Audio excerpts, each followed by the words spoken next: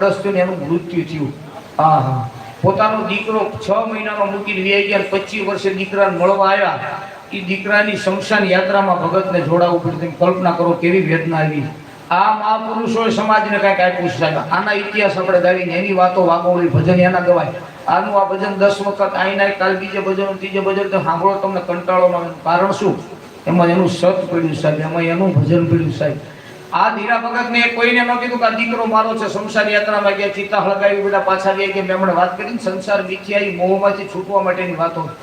અને પછી જે ધુમાડો નીકળ્યો લાકડામાંથી, ધુમાડો નીકળ્યો અદ્રશ્ય થાય, ધીરા ભગતે જોયો અને એને વાણીનું ઉચ્ચારણ કર્યું. સાહેબ મને તમને જીવવા માટેની એક શક્તિ ભજન રૂપે આપી.